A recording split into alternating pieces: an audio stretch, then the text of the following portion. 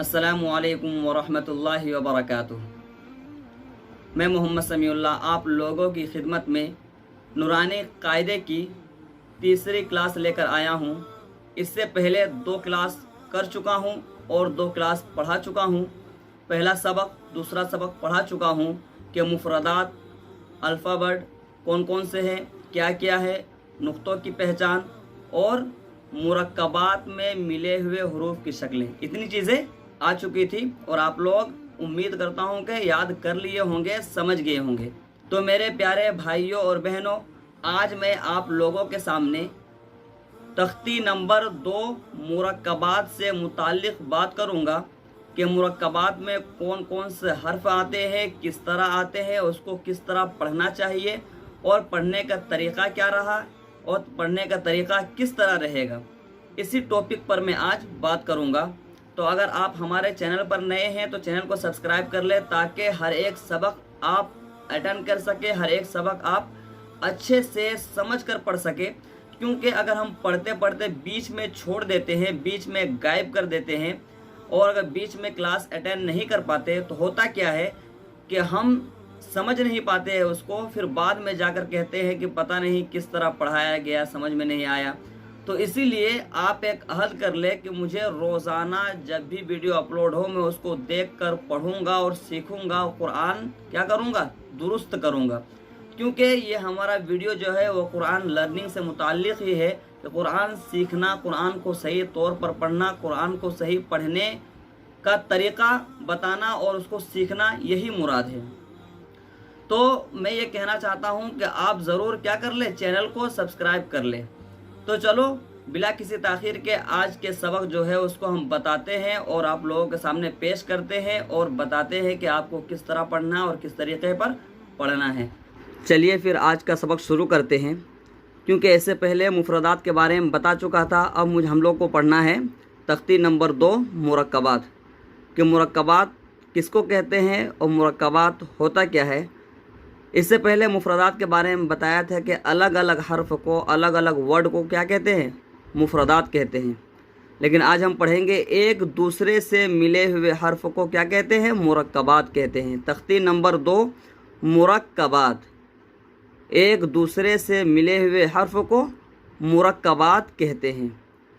एक दूसरे से मिले हुए हर्फ को, हरूफ को क्या कहते हैं, मुरक्कबात कहते हैं। तो इसको हमको याद भी कर लेनी है। चलो आगे चलते हैं। अलिफ, लाम, ये दोनों मुफरदात है। अब आगे देखें, मुरक्कबात शुरू यहाँ से।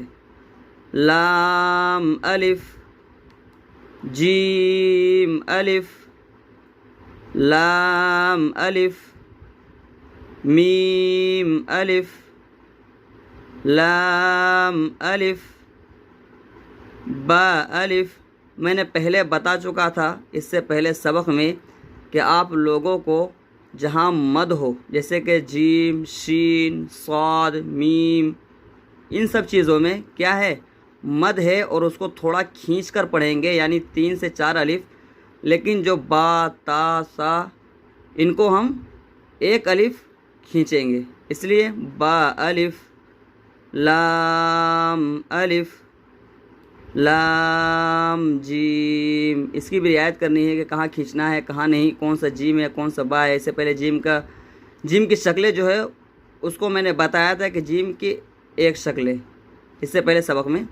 तो आज देखें आप, लाम अलिफ, लाम बा, लाम अलिफ, बा लाम बा, काफ, काफ, काफ।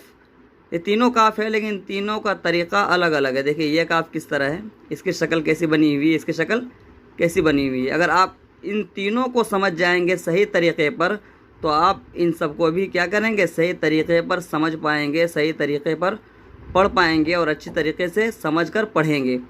तो ये तीनों को पहले समझना है। तीनों काफ़ी है, याद रखिए तीनों क्या है, काफ है, लेकिन तीनों का तरीक़ा अलग अलग है। चलें आगे चलते हैं।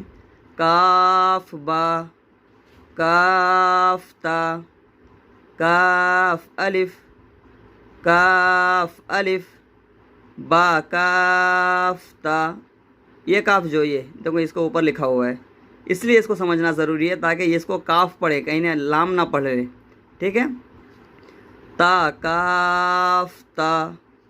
अब यहाँ देखें, इसमें पहले बताया गया है कि कौन कौन से लफ्ज़ है, कौन कौन से वर्ड है यहाँ पर, उसी के मुताबिक नीचे उसकी बात आएगी।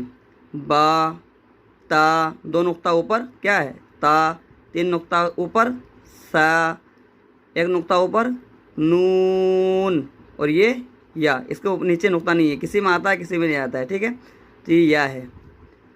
अब आगे पढ़ना है हमें, बा अलिफ ता अलिफ सा अलिफ नून अलिफ या अलिफ बा सीन या सीन नून सीन ता सीन सा सीन सा जीम ता हा। ये सबक, आज के सबक यहीं तक रहने दें। आप इसको समझें, मुरक्कबात को समझें कि मुरक्कबात किसको कहते हैं और मुफरदात किसको कहते हैं, और मुफरदात में कौन कौन से लफ्ज़ हैं, और मुरक्कबात में किस तरह एक दूसरे से हर्फ मिले हुए आते हैं। इन तमाम चीज़ों का ध्यान रखकर आप सही तरीक़े पर इसको क्या कर ले, एक सफ़े को पूरा मुकम्मल तौर पर याद कर ले। इंशाअल्लाह मैं कल इस सबक को पढ़ाऊँगा, सफ़ा नंबर यहाँ पे देख सकते हैं 7, यानी आज मैंने 6 पढ़ाया, कल मैं पढ़ाऊँगा इंशाअल्लाह 7, एक सफ़ा करके, क्योंकि ये थोड़ा लंबा है, ये थोड़ा लंबा है, 4 सफ़े का है।